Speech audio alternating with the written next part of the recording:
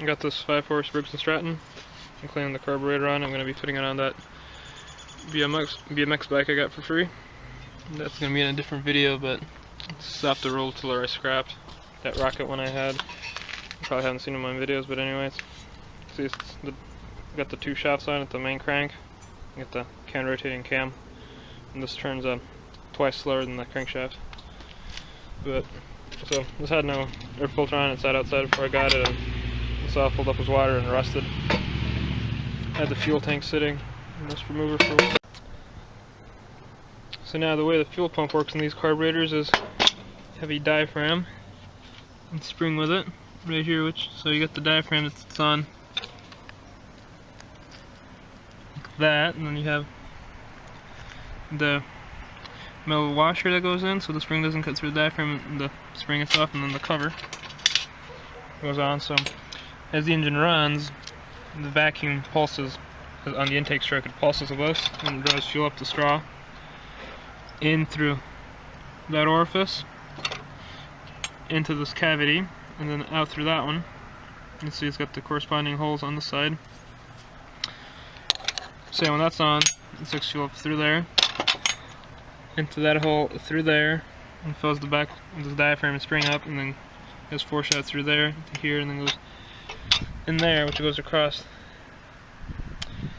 and it dumps right there into this brass cup thing inside the fuel tank. You can see it right there. And from there, the vacuum picks the fuel up from the straw and then it goes into the jet. Now, if you have a smaller fuel tank like this one, there's just a single straw that runs completely off vacuum, so there's no diaphragm or anything. There's just a needle valve and throw a butterfly in the choke, and that's it. It's much simpler, but that isn't complicated either. I got the diaphragm put together. Now I put the jet in.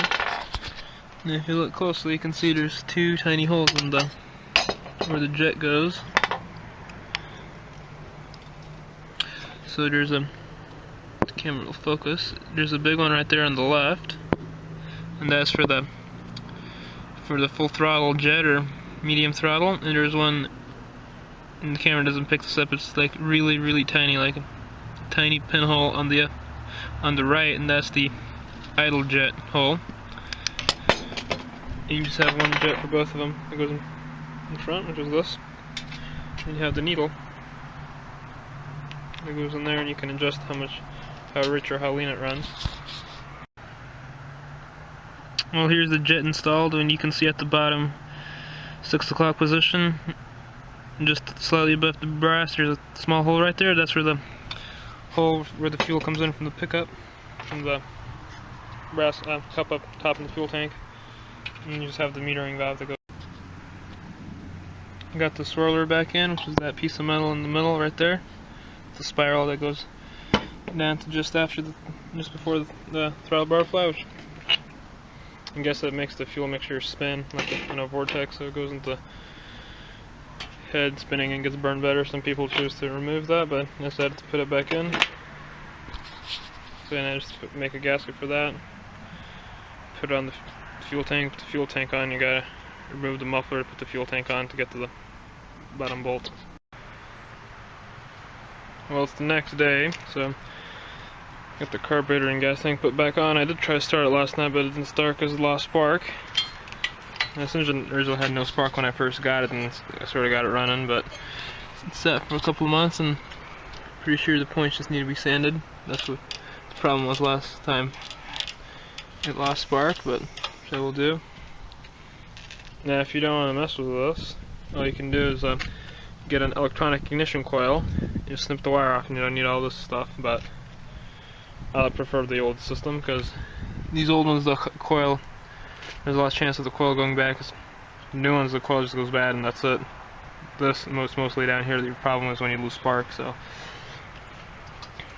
and the way you get the flywheel off is first you gotta remove this ratchet mechanism, which is in front of the flywheel. So I just jam the flywheel up with something, and just bang on it a couple times with a piece of metal and a hammer, and it screws right off, and put it on the same way. And then to pull the flywheel off when it's on,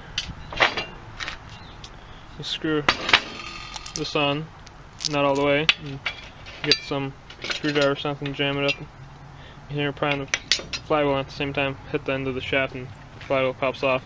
Never hit the shaft like here with nothing on it, because I've done that before, and you'll nick it up in the ratchet.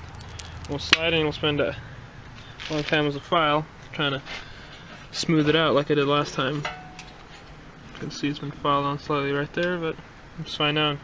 I normally put automatic transmission fluid on this to keep it lubricated well.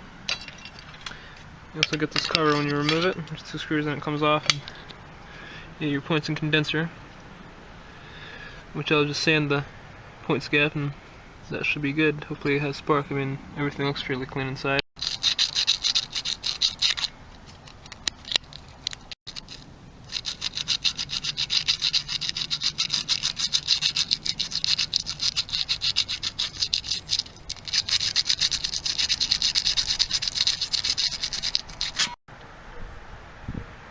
Got the points sanded, regapped, and seated. You can see how they move.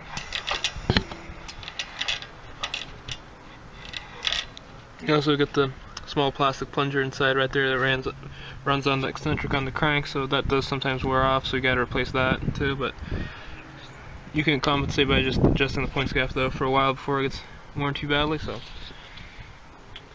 that should have fixed it. I do have another set of points and condenser for it, but those are bad.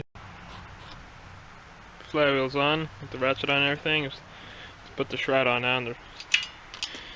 Now you want to get the ratchet mechanism fairly tight on here, but because if you get it too loose, the moment you go to start it, the flywheel key will break itself because the flywheel will vibrate and bust the key. But you don't want to get it too tight, so you bust off the lugs. Tighten it on, so you don't want to do that. So yeah. All together, got spark. I had to take it apart second time to close the points gap a little bit to get spark, because the first time the points gap was too big and the points didn't come in contact good enough to hit the spark, but now it does. So I guess we'll try to start it up. The governor linkage is all messed up, so I'm just gonna get I don't know, probably put like a rubber band on here to keep it on idle or something like that, find a spring to get it to run for now. Almost forgot to adjust the needle valve on the carburetor. Now, what you do to turn this all the way in, it stops, and back it out 2 turns, and then you can go from there once the engine is running to get it set exactly the way you like it to run. So here's my throttle spring setup for now. Not the best. Spring goes from there onto the locking tab piece on the muffler, which I'll make a proper throttle linkage setup on this one. I got it on the BMX bike, but now just to make it run, I also took the screw and the spring for the idle adjust of my old Briggs Stratton Success over there. Well, here we are. Let's start it up then, see how it runs.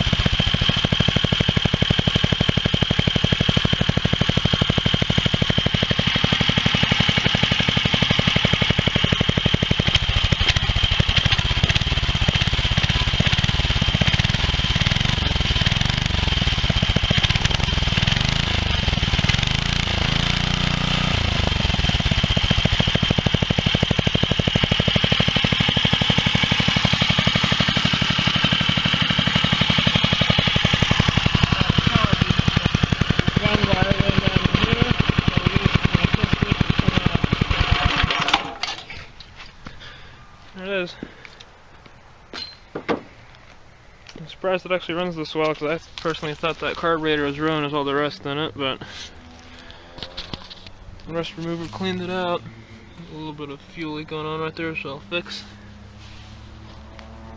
When you're running these, never run them just straight on concrete or asphalt, because the vibrations will just crack the block, and when the motor, always run it on dirt or grass to absorb the vibrations.